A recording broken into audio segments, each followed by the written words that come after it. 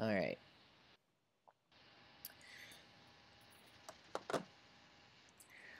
Ladies and gentlemen, without further ado, I present to you what's going on, everybody? Welcome to another episode of Live with Wolfman. I am your host, Jacob Wolfman, and this is a show about all the things that I'm interested in and all the things that you are interested in. We are always talking about different things related to media and martial arts. Yesterday, we had the craziest turnout I've ever had in this show, 10 times larger than any other episode I've ever had, because we had an internet celebrity joining us. That was pretty cool. Juji Mufu was here. Today we're going to be talking about sport karate, and I have a host of another show. He hosts a podcast called Sport Karate Radio. So without further ado, let me just get my guest in here, and we're going to just start right away. Everybody, give me all your floating reactions you got for Mr. Bobby McRaven. Woo! Bobby, you're live. How you doing, sir? We're live right now? You are live. You're here. It's happening. People can see me? They can see you, man.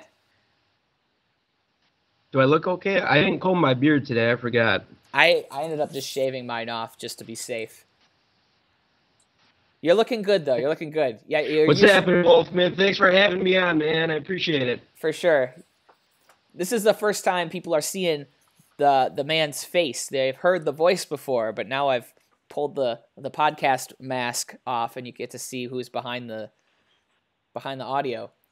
So, Bobby, can you... don't get used to it too much, listeners. Take it, bask in the glory while it's here. Bobby, if you can real quickly just tell the people a little bit about who you are. Yeah, so I'm Bobby. I run Sport Karate Radio. I grew up in a karate that wasn't heavily based on competition. It wasn't a religion necessarily, but competition was definitely encouraged to all students and myself, and it's something that I picked up at a young age. And I just kind of grew up with it from the time I was probably 8 in there. And, yeah, that's how Sport Karate Radio kind of got born from there. It really kind of took full swing after the U.S. Open this past year.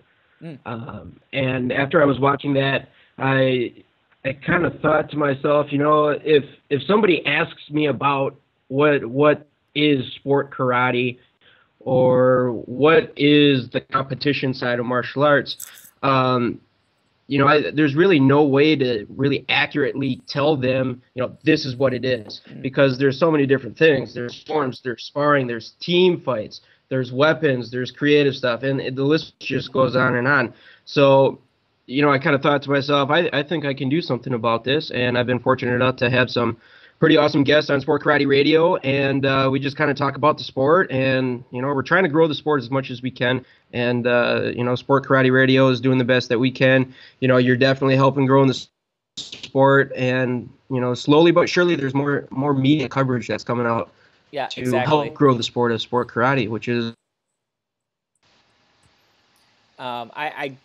I don't know if we have a delay here or a slow internet connection, just a FYI. I don't know if there's anything we can do about that. But what I have to say is, like, I totally agree with the with what you guys are doing and the need for media in the sport. The more coverage we can get, the more we can not only explain to the outside world what sport karate is, but if we can build a community around it. I'm gonna, Bobby, if you don't mind, let's try tuning or signing you out and then signing you back in because of the choppiness. Is that cool with you? Yes, sir. Okay.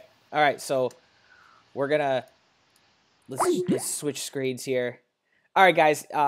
So obviously with this show, it's live. You never know what's gonna happen, but I'm gonna try to get Bobby on right back. Hopefully the internet issue will fix itself. Today we're going to be talking about sport karate topics, anything. So right now in the comments, I'm going to be looking at the comments. I want to know, like, what do you guys want to know about? What do you want to talk about? I was thinking of asking Bobby questions related to, you know, the tournament scene. Who are the top competitors? Let's see if he's working. Better, worse. Can you hear us? Can you see us? Good? Can you feel us? Yes. Can you touch us? Can you taste us? You good?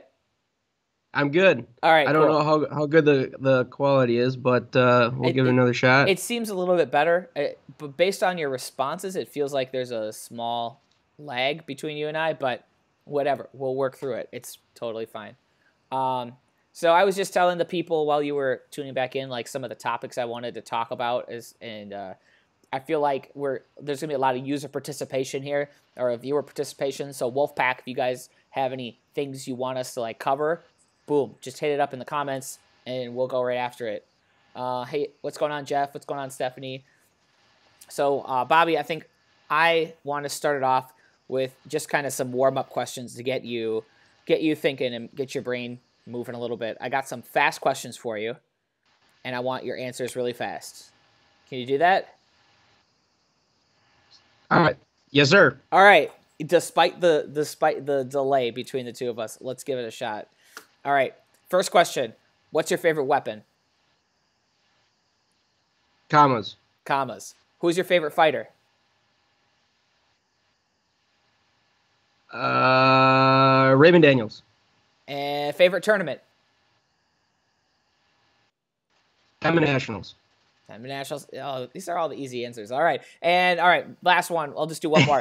Would you rather? You have two. You can either have one or the other. Would you rather have a better venue, or would you rather have better judges?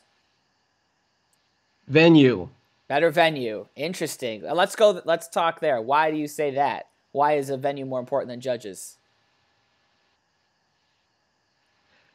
If you have a better venue, it seems like it's kind of a bigger deal. Whether the judges call your points or not, or whether they judge you fair or not,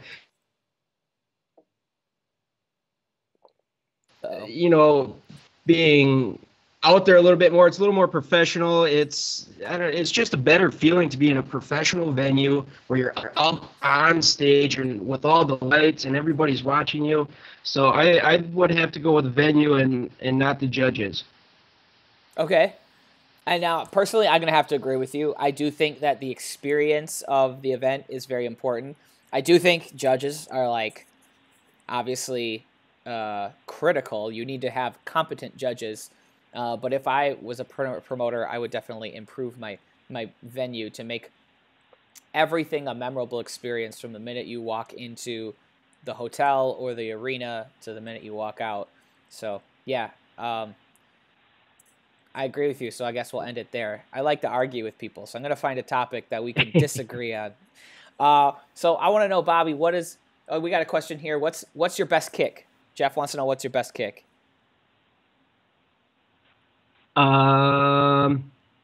Kick to the groin. Stomp the groin. Re-stomp the groin. All right, perfect. Yes, sir. You can't go wrong. Very effective. I thought where we should start off is talking about how to grow the sport. Like, what are some of your ideas of how to make sport karate better? This is weird. I've been asking people that for the last 5 or 6 months now. I've never been asked that, really, in my opinion. You must have some. You must have some thoughts. I do. I do. I'm going to steal this word from my co-host on Sport Karate Radio, Rich, and the word is unity. If we come together as a sport karate community and a martial arts community, that is the key in order for sport karate to grow. The problem right now within sport karate that all of the guests have said on Sport Karate Radio is, first of all, there's too many tournaments. Second,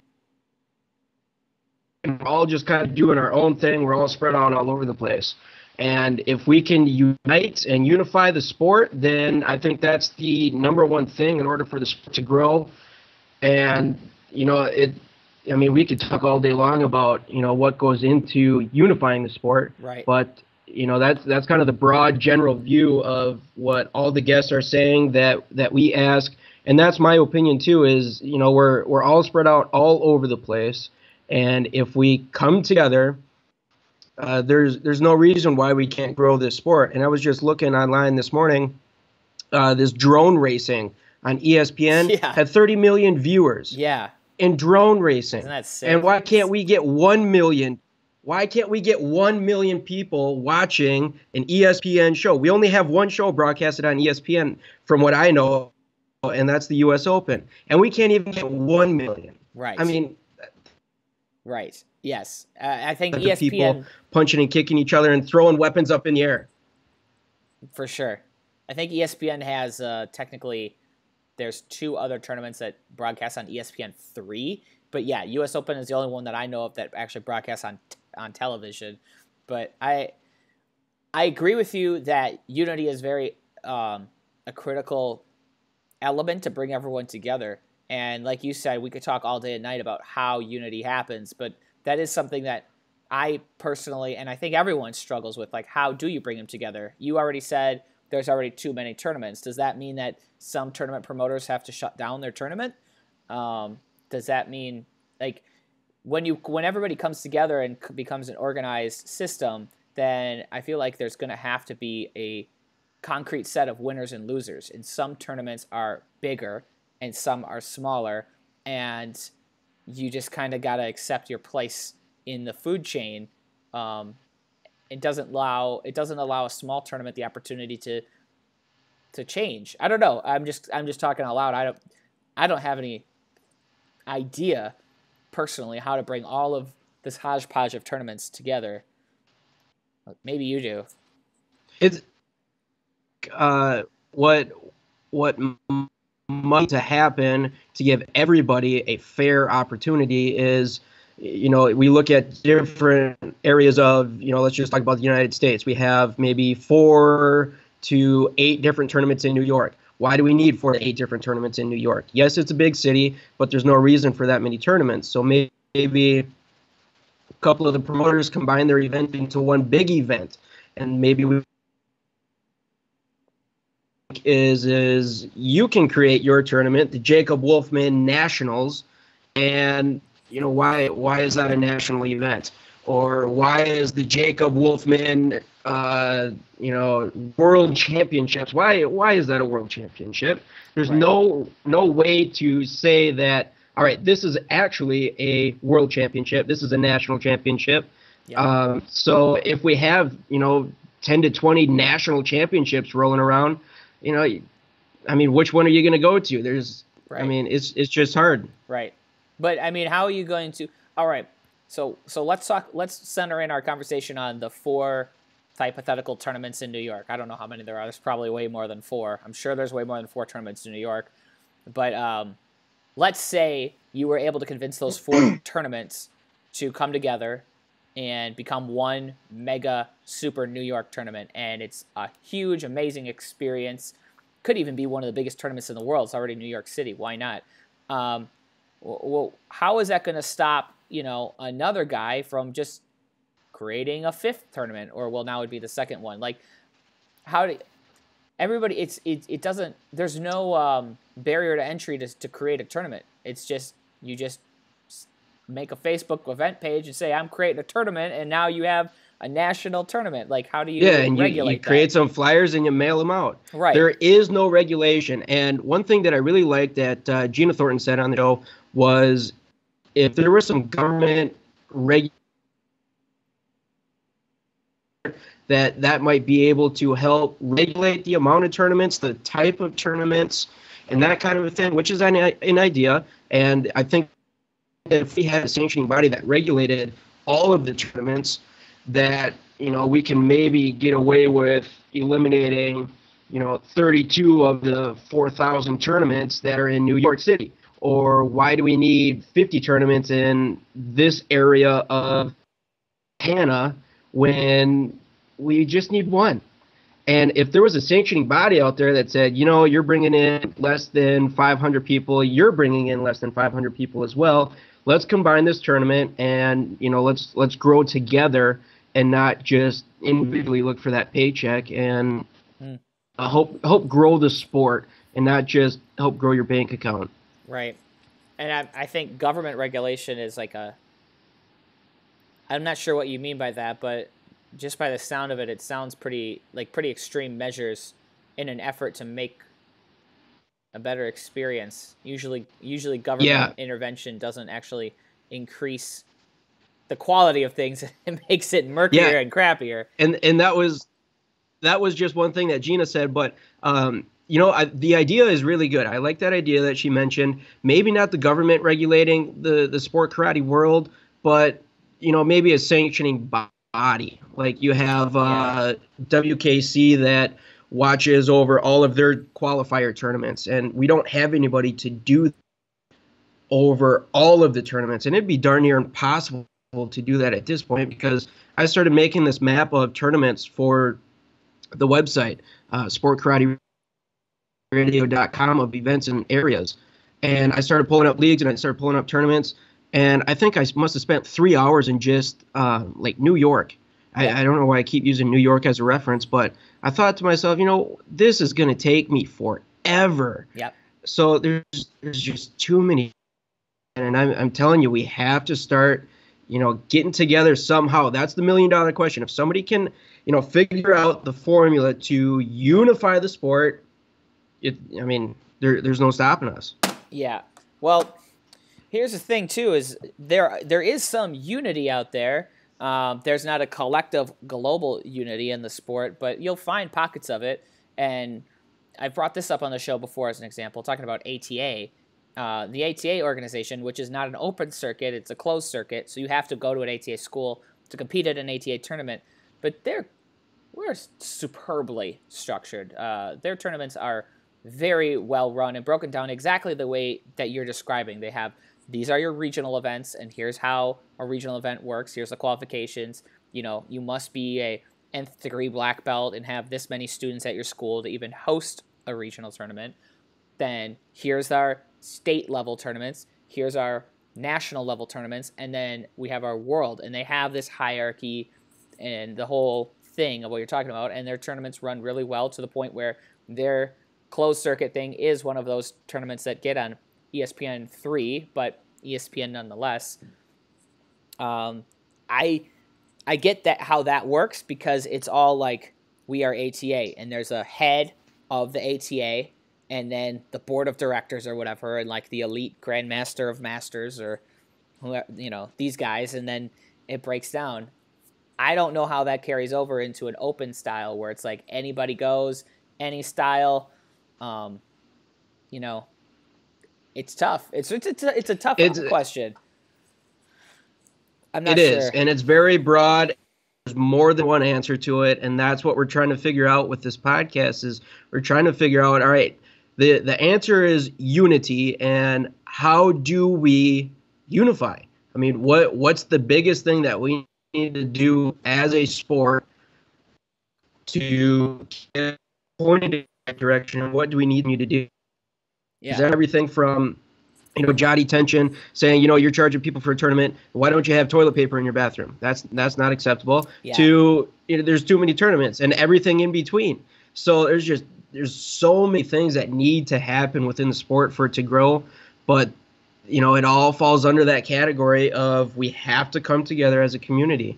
And it's a perfect example to see how we're not unified in the open circuits. Like you said, I like how you brought up that ATA circuit and how organized they are. We're all over the place. There's thousands of different tournaments. And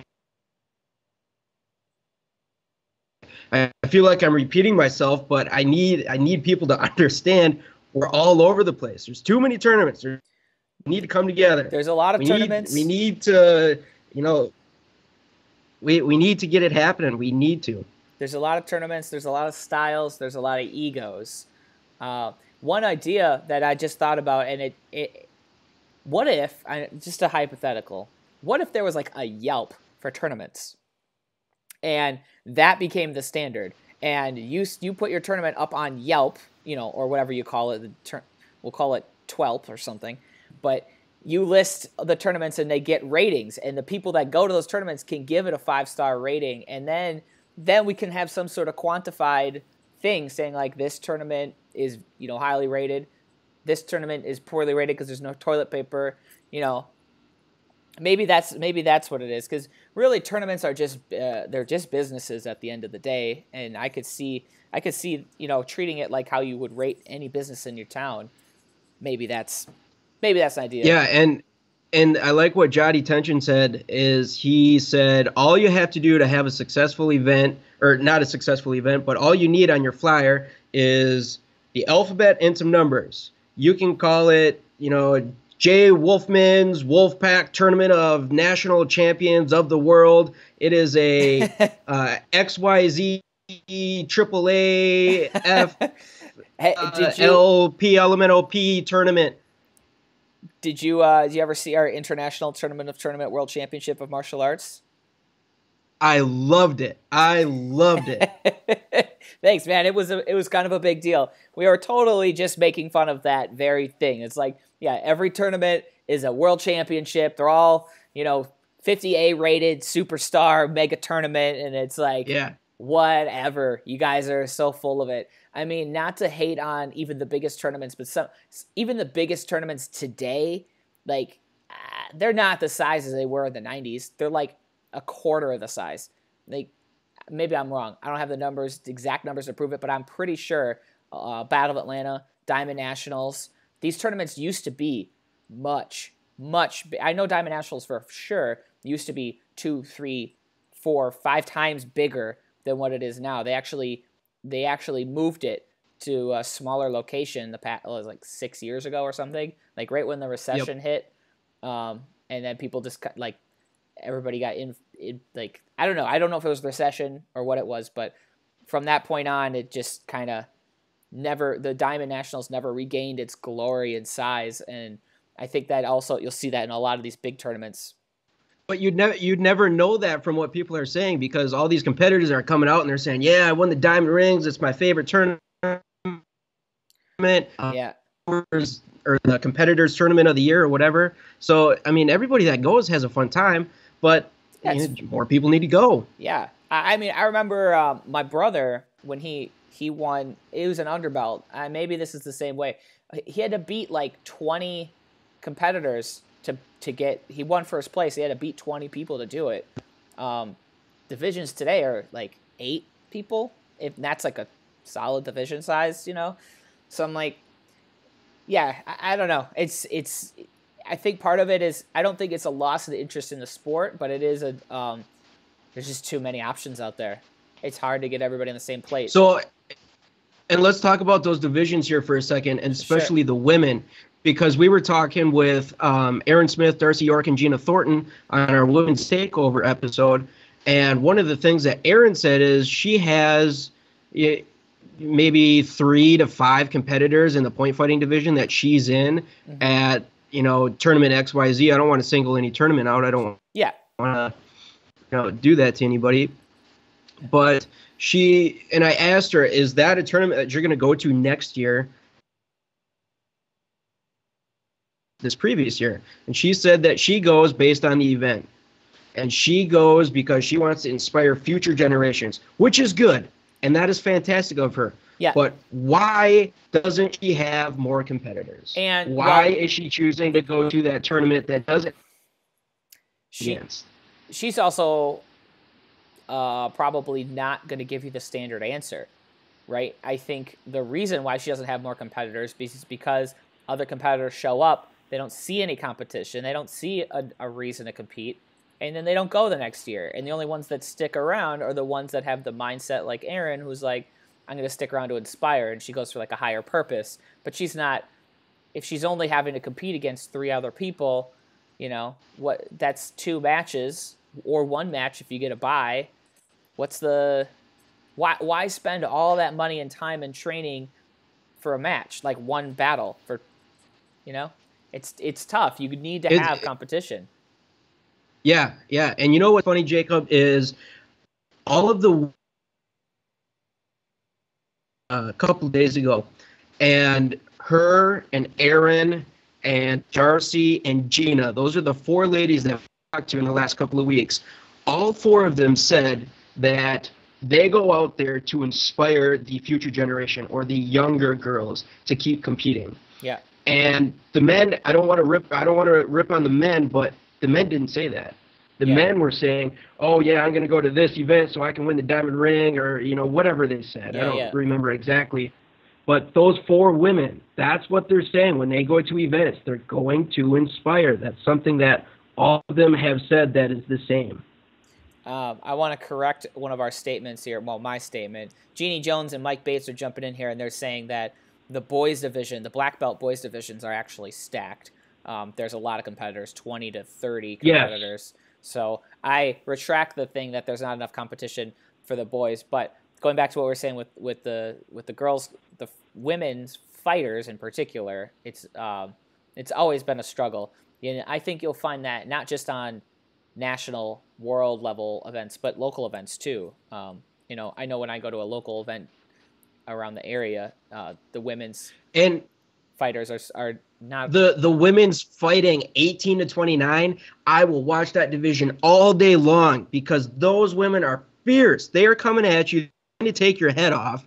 They're looking for blood, and it is just some of the best fighting out there. And then, right in front of that, closely in front of it, is the men's 18 to 29 fighting division also. So they're close. If I had a chance to watch the men or the women 18 to 29, it'd be a toss-up. But then after that, it kind of depends on who's in the women's division, but that women's division is always good within the point fighters, that 18 to 29 group. It's always good at every event that you go to. Do you enjoy watching fighting or forms more? Lately I've been getting into the fighting. The problem that I'm having with forms right now is it's the same stuff. If you watch the US Open this year or Diamond Nationals this year or whatever, and you're watching forms,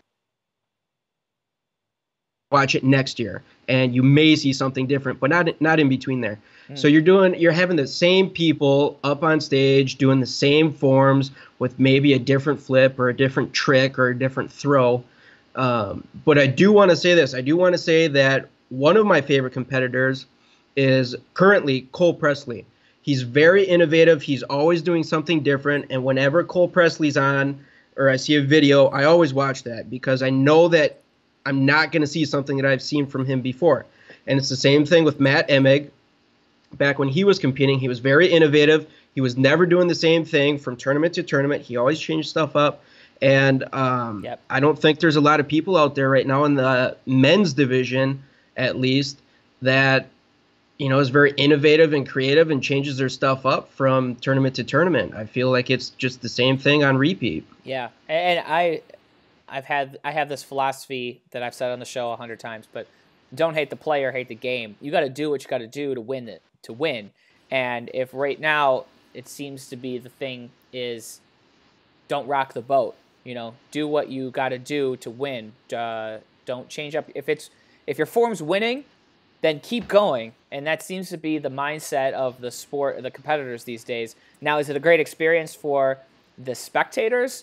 Not really. It would be amazing if these top-level competitors could come out, drop a completely new routine every time you watched them. Right. But, if there's a lot of risk in that. I mean, today's level of execution, the difficulty of the tricks, the difficulty of the weapons releases compared to what it was 15 years ago, it's such a higher level and so much more dangerous or likely that you're going to drop or likely you're going to fall, that you really don't have that much room to kind of play around and change up your tricks because you might not have it nailed down. It might not be your best stuff. So you kind of got to stick with your form, and a perfect example of that is, I'm probably going to get a lot of flack for this, but Jackson Rudolph, he does the same routine every year. It seems like for the last couple of years, but the guy wins. He wins all the time. And I don't blame him for not changing it, but from a viewer's standpoint, it's the same form, but the guy's winning. Yeah. So it goes hand in hand. Now I can tell you that if Jackson was on the show right now, he would say, no, I change up my form, but he not enough for the average person to notice. But Jackson would be like, yeah, I have the new this. He'll go through a whole series of like how he created all these moves and tricks and stuff. But what you're saying is from like somebody that's not as like finely tuned into what Jackson's all about. It's like it looks very similar, and that is you know, Jackson's Yes.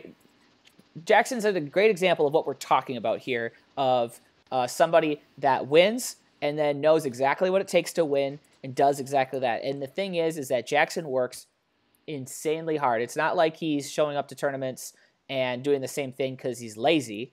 He's going up there and doing that same form because that's what it takes to win, and nobody has figured out the equation to really completely dominate him or stop him from winning all the time. And he's a strong competitor too, Jackson. I got to give him props. I think was it a couple years ago that he. Uh-oh. We lost a couple seconds. I think it was. You're back. Okay. Can you hear me? I hear you fine. Yeah, go ahead. Okay. So, and I want to give Jackson Rudolph props because I think it was a couple years ago that he ended up at an event. And the dude's solid. He's a solid competitor. Yeah. But, you know, it's the same combos and everything like that. But, you know, I don't blame him for not changing anything. He's winning. Mm-hmm. You know, he's getting the rings. He's getting the trophies and everything. So, you know, it goes both ways. So what do you think is going to happen in 2018? What do you think are some changes that you might see, if you had to guess? I really have no idea. Here's what I'm hoping for. Okay. First of all, we had an episode with Sammy Smith, and we were talking about the Warrior Cup. I hope that Sammy Smith beats all the guys that she goes against and gets that Warrior Cup for her trophy case. That's what she's on the hunt for 2018. Second, what I'm hoping for is that ESPN and the U.S. Open figure out a way so when they air the U.S. Open, they don't have to change the music.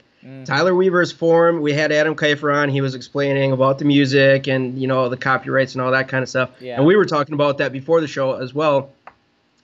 To have the music that they actually do the form to in the ESPN broadcast and not change it to some, you know, free music source or whatever. Right. And I understand that's super hard, but I hope that, you know, they can figure that out for 2018.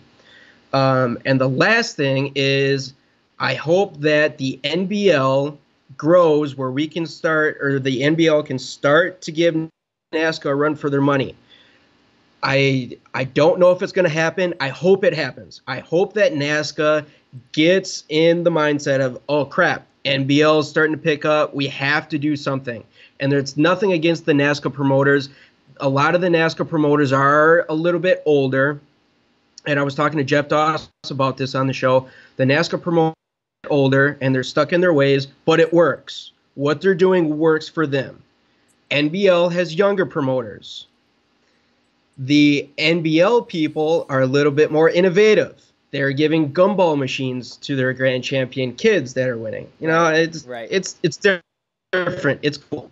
But if the NBL can get the competitors and give NASCAR a run for their money, I think that NASCAR events and NASCAR as a whole will start to change things up just a little bit. And I'm hoping that happens. I'm hoping that some league can give NASCAR a run for their money. And the only league that I see that happening with right now is NBL.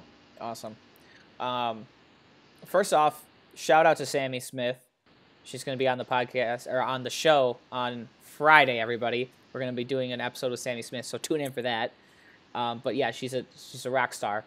What was the second point you made? And I totally lost track. I was accumulating ticker points in my head. But to go off your point about NASCAR and NBL, first off, I gotta say that I think the market out there for potential competitors to come into the sport is so vast that NASCAR and NBL don't have to compete so much against each other. I still think that the average martial arts school isn't bringing their kids to any tournaments, and that's because tournaments experiences have been so poor for so long. So to the point where you said that, like, the guys that are kind of older and stuck in their ways and stuff, and it's working for them, I don't think it's working for them. I'm just not convinced of that. I think that it's getting them by until the next event, but I don't see the innovation. I don't see the growth. that this sport deserves, that it's supposed to have. I don't know. I'm super. Okay. Let me hop on that question just for 1 second, Yeah. because I agree with you 100%. NASCAR events work the way that they should. We're not marketing to non-competitors for our night shows. We're not marketing to school owners and all that kind of stuff. But it works for them because they're getting a good payday. They don't care. I mean, well, I don't want to say that. I don't want to get in trouble by a NASCAR promoter. You're in trouble. It's too late. Yeah, whatever. But if they're okay, why do they have? Hold on, Bobby. You're to get you're viewership online. I haven't even. All right, good. Yeah, repeat the last 10 seconds you just said. So, and I've never seen a NASCAR promoter do a live. Have you ever seen a NASCAR promoter on your show or on a podcast or anything? Other than Manny Reyes. I've never seen him on Facebook. Yeah, no. I mean, say that again? I haven't even seen him on Facebook. I mean, to be fair, I've never invited any promoter to be on my show. If I was going to get any promoters to be on my show, I would be interested in talking to John Sharkey. I think that'd be a good conversation because he runs an exceptional tournament. And I'd be interested in having Bob Likert, who runs Amerikick. I think those guys are actually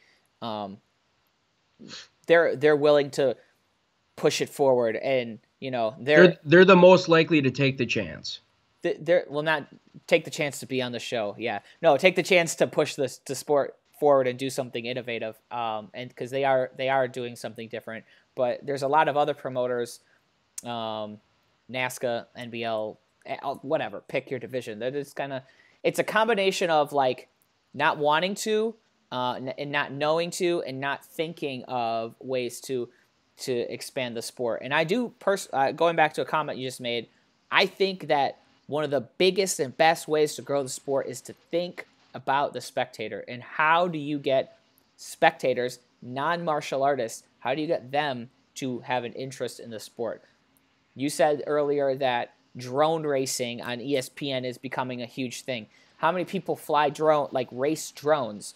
Not nearly as many people that train martial arts. But yet they have figured out a way, they add little blinking lights or something to their drones, and now it's an exciting sport, I guess.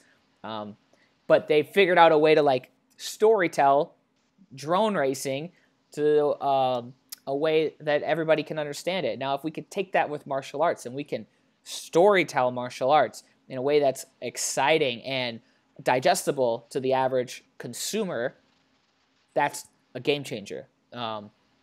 And that's the multi-million-dollar question. How do you do that?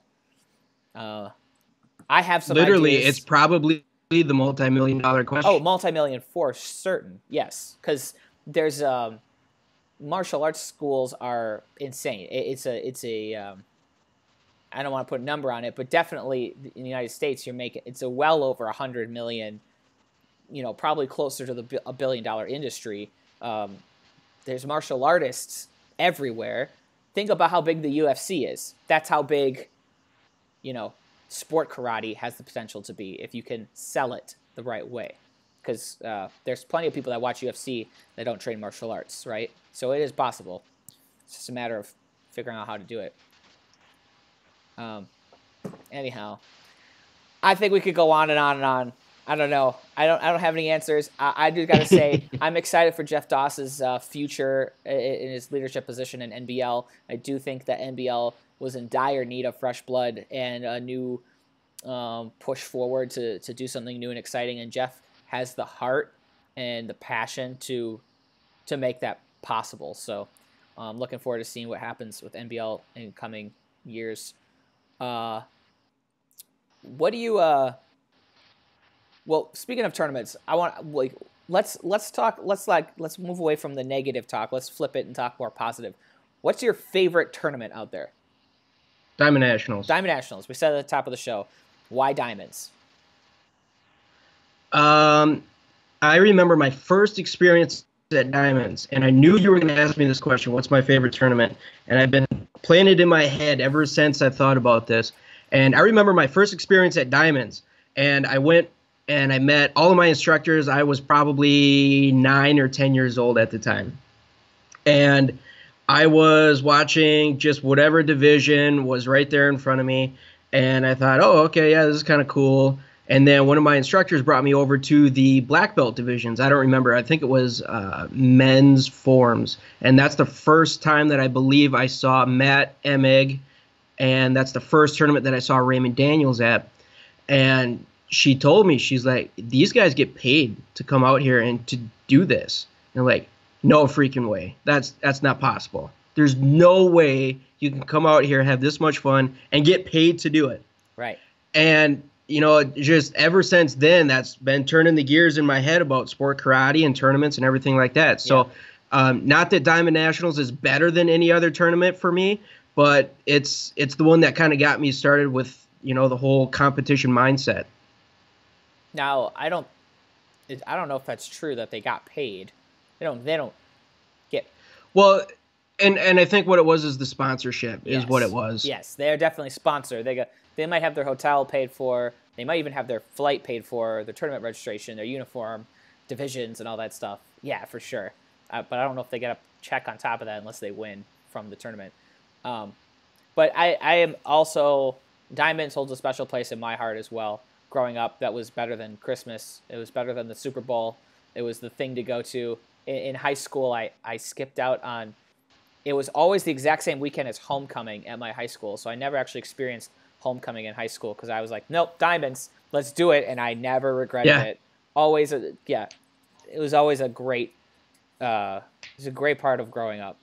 And you always look forward to taking that Friday off school. I always remember that too. Yeah. Oh, I don't got to go to school this Friday. I get to leave for Minneapolis, St. Paul. I think we probably took off 2 days. I think we probably left on Thursday, probably Thursday afternoon.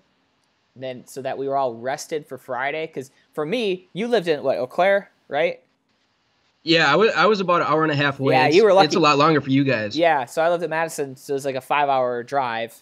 It was always like, right. It was an event. I mean, we all made custom shirts. Everybody wore bright orange, neon orange shirts from my school, so that when we were in the sea of people, we could pinpoint where we all were.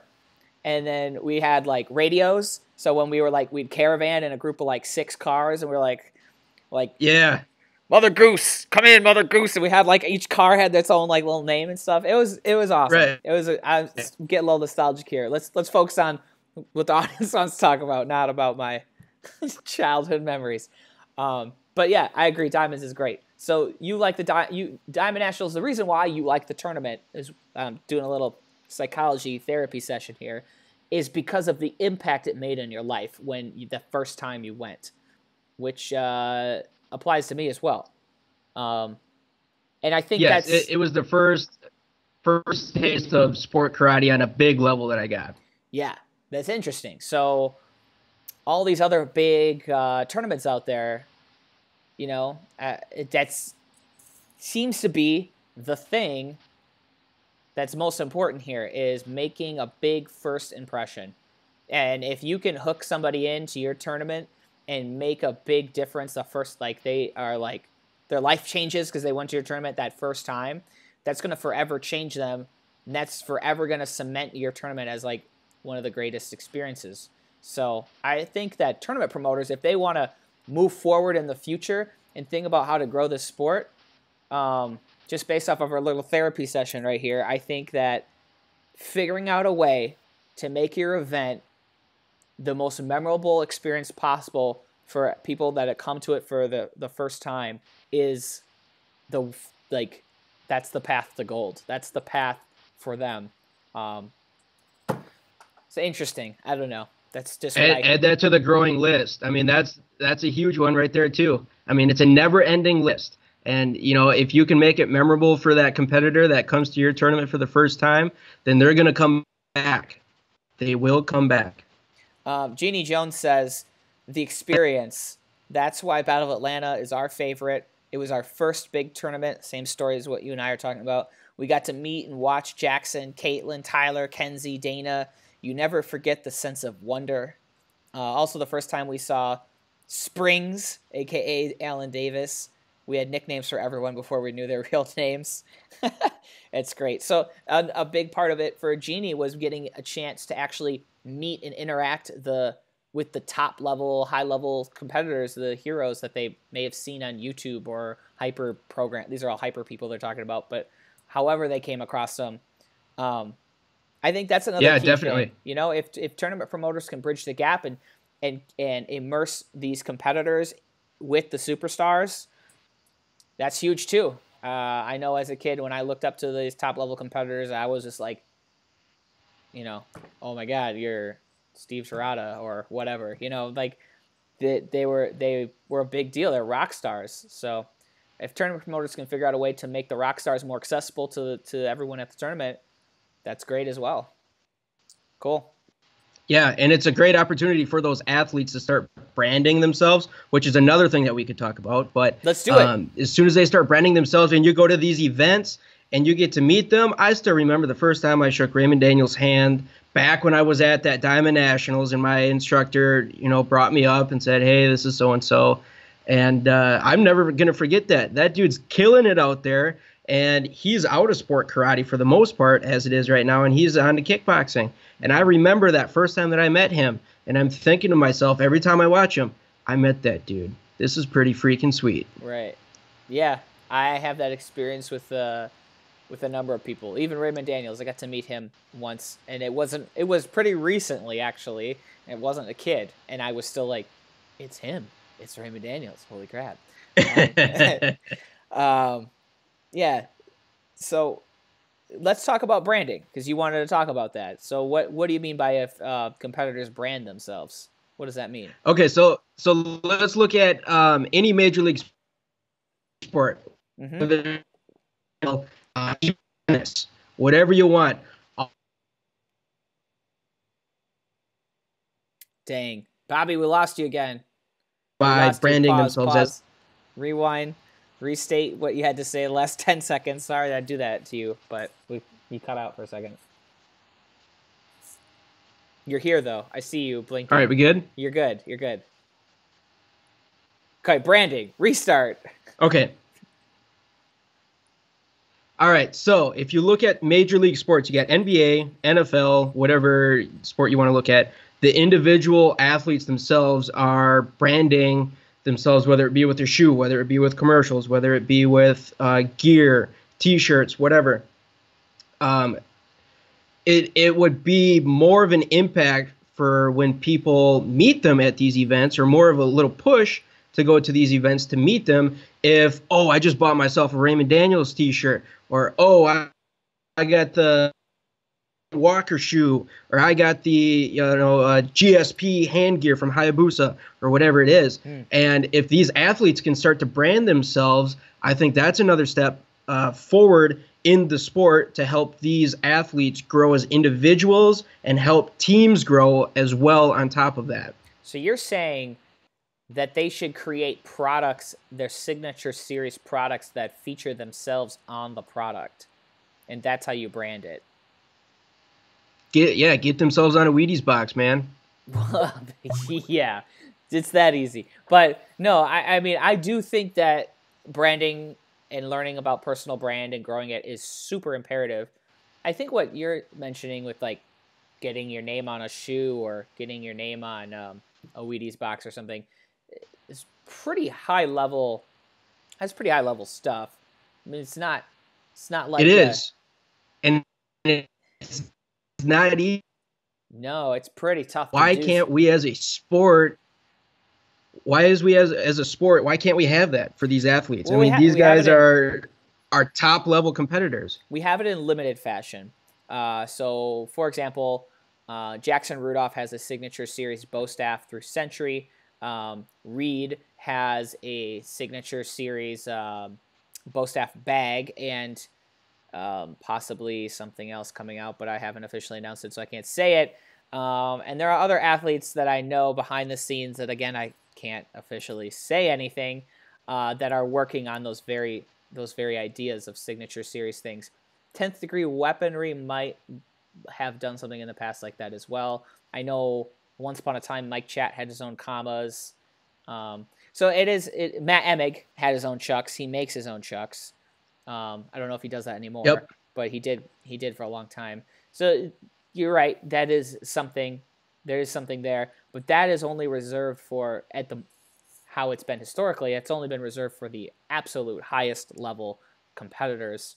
I think that I think that's a high level branding strategy. But before you get there, I think that there's a lot of other branding opportunities you can look at rather than saying, hey, have my name on, a product. You can have products sponsor you like NASCAR does. Like the NASCAR driver sponsored by 50 companies. Why can't you go out there and get sponsored by Clarbloom?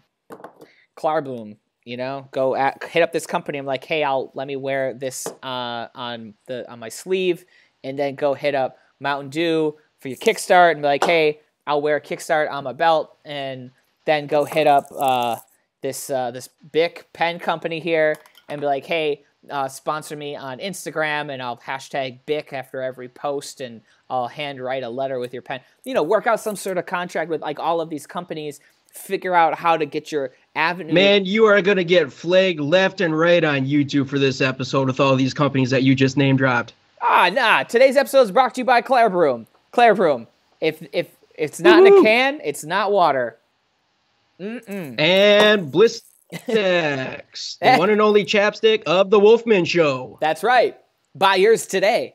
But my point is that there's a lot of opportunities to build relationships with companies. If you leverage your influence, you figure out a way to take the influence that you have as a competitor. You're growing your social media channels. You're getting more followers on Instagram. You're getting more people to follow you on Facebook. Maybe you have your own live thing, or maybe you have a YouTube channel and you're always doing tutorials and you've got a following, like a real following. You can go to a business and say, hey, I have an influence. People like me and listen to me.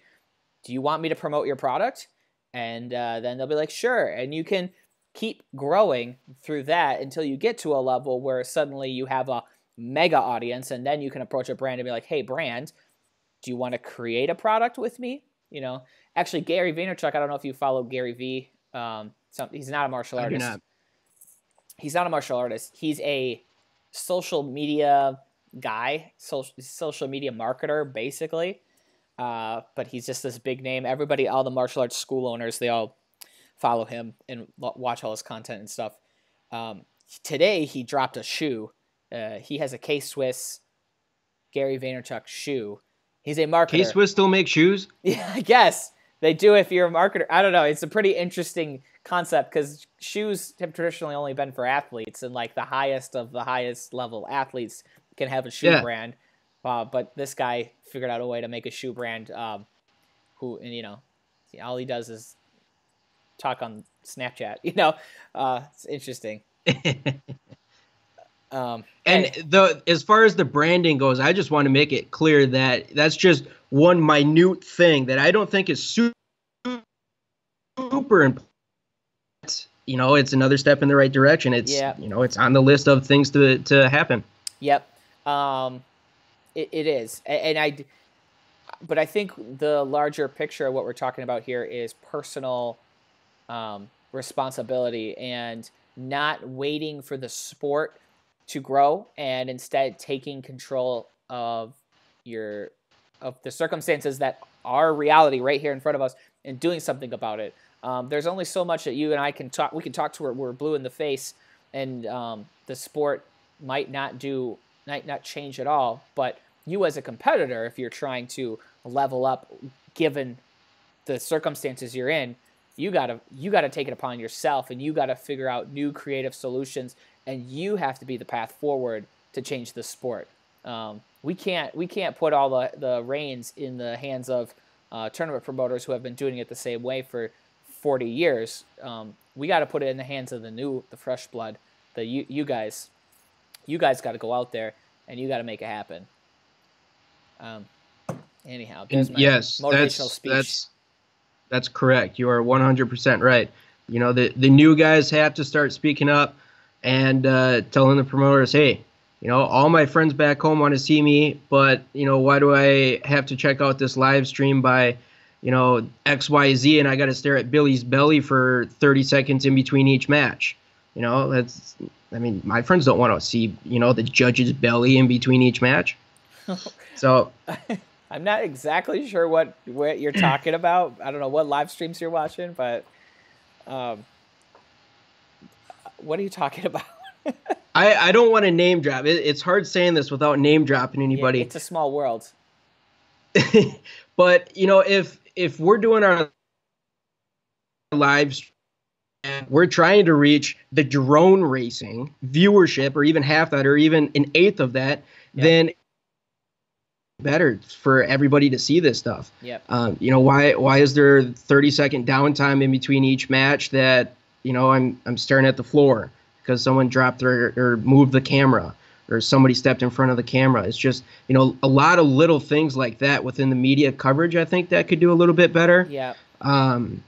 Well, I understand it's hard. The media coverage is basically sportmartialarts.com. And Uventex is going to be releasing some type of media thing, maybe live stream per ring. Yeah, I didn't know if that. I don't know. I'm not going to talk anymore about that because I'm not educated enough about it. But they're trying to do some coverage. But essentially, there is not a real media outlet out there that covers the sport. Sport martial arts. Live stream wise. Well, the thing is, even sport martial arts, they do it as a hobby. They call it I had Emily Cooper on the show recently. She calls it a jobby because she's actually an attorney. That's how she pays rent. That's how she does everything. She takes the money from her job as an attorney, pours it into sportmartialarts.com to fuel it. It's not a business model that has any sustainability. They can't actually hire professional videographers, professional advertisers, marketers, like the thing that, all the employees that work at ESPN, they don't have any like really paid employees. It's all kind of a for the love of the sport kind of thing.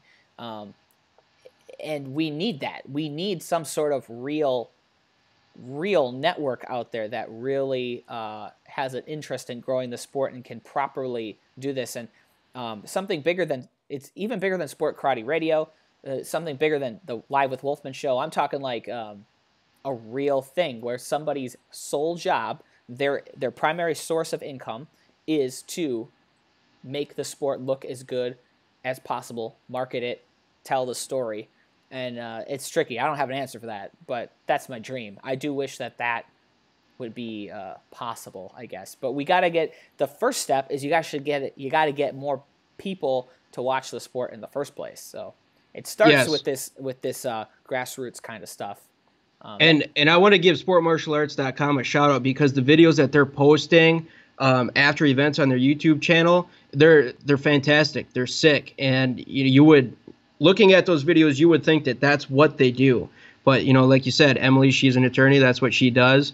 And it's a hobby for her. So they're doing a fantastic job with those videos after the events up on their YouTube channel. Oh, they're rock stars. Like the amount of work they put in to create, like every time they go to a tournament, they work the minute they get off that plane until the minute they get back on the plane. It's just, I see them. They are in a mad rush to do as much as they possibly can.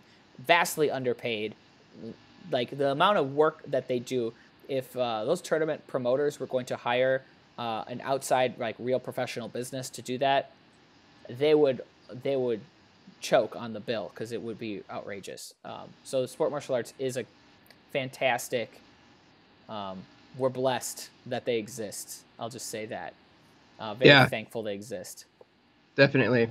And there's been other attempts out there to do what sport martial arts does, and they just haven't had the longevity for whatever reason. Tournament News Online. I don't know. We could have Lauren on the show someday, and she could talk about why that no longer exists. Kick Gen, which also was Tournament News Online. I don't know if you remember that. Doesn't exist. Ken Warner had Zen Inc. I have my little thing going on the side. So they have all these like little side things, but nobody can like keep the steam that sport martial arts has had through the years. So major props to them for continuing to push the sport. It's a hard sport. It's a hard sport. It's hard because, like I said, like you said, like we keep talking about, the business model is a little It's not really designed to help promote it. It's designed to collect as much tournament registration fees as possible, and that's just the way it is. That's it. That's the way the sport karate rolls right now. I made a post a little while ago, and I said, "What is or how do we make the sport bigger or something, or grow it more?" And Kim Do actually weighed in, and he was like, "It's easy. Don't charge to compete." Who said that? Kim Do. Kim Do said, "Get rid of tournament registration." That's an interesting idea. It's a fantastic idea. He's like, you don't charge the competitors to compete. The competitors, it's like, do you charge NFL players to go play football games? Like, do you charge the NBA players to go play basketball? Why are we charging the athletes? We shouldn't be. We should be charging the spectators to watch the athletes. It's brilliant. I mean, you think of Red Bull kicking it. I don't know how familiar you are with that. It's a big event. It's a tricking event. Yep. Sponsored by Red Bull. They don't charge the trickers. They fly the trickers in from all over the world and treat them as the athletes that they are, and treat them really, really well, and say, "All right, it's showtime. Bring it." If only Sport Karate had the wherewithal and the foresight to switch their mindset to be like, "No, these aren't our clients. These aren't our customers. These are our athletes. Our customers and our clients are parents, spectators, the outside audience that watches it." If you had that mind shift, that's huge. If they had that mindset, it would be a whole different game. Yeah. These are our athletes, and not, I got to get this person to my event for that competitor fee. Yeah. That would be huge. Yeah. Now, of course, I don't think you can do that for everybody that enters. I think it has to be some sort of hybrid. I think, like, if you're an underbelt, you still got to pay to compete. If you're a black belt and you're not winning, you still got to, like, pay. But there should be, like, some sort of, like, league, like high-level bracket league of, like, these are our top guys that are guaranteed to be here. Another thing I've talked about on the show a ton of times is the concept of title fights, title matches, and that's why I think, like, the UFC does so well, because they'll say 3 weeks in advance, they'll be like, this person, or several months in advance, this person versus this person. This going head to head in point fighting or in a weapons form or whatever, and those two competitors have time to train specifically for that matchup, and so they're going to bring something very interesting to the table because they know that this is exactly what they have to do to win. That also builds time for the media to create storylines, and we can be, let's say Jackson is facing Reed Presley, and we can talk about how Jackson Rudolph, and, like, these are his strengths, and he's great at bow staff, and this is how the bow staff works, and this is, like, what he needs to do to win. And then we can interview Jackson, and Jackson is like, yeah, I know that I got to, like, Reed's got the double bow, so he's got, I got to come out with something innovative, blah, blah, blah. And then you go to Reed, and Reed's like, yeah, I know to beat Jackson. Jackson's got tricks. I got a double bow. Double bow is harder to use, so, I have a little advantage, but people have seen my tricks, so I got to come out with something new. Build these storylines, build it up, and then give that media, just like every other sport. Yes, exactly. Thank you. Oh, you catch it on. Exactly. That's what I'm saying. You do that, and then you get that's the story. That's the storyline needed to sell a non-martial artist, or even somebody that's a martial artist that just didn't consider competing because they just don't. It's not their world. You've unlocked the world, and you've made it relatable to people. You created those storylines. You created a league. Like, I'm going off hard today, but dang, I think, like, that's the answer. You hear me, Nazca?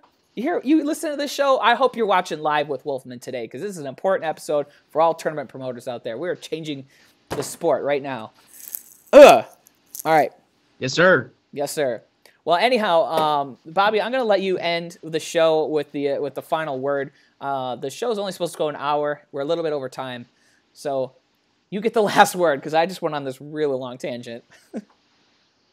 I just want to say something real quick here. We had our last episode with Sammy Smith, and in that episode, I believe it was episode number 11, up on our website, sportkarateradio.com, we announced that we're doing a Minute of Fury challenge. And a while back, we posted a question in the Century group: what would you do with $100 gift card from Century?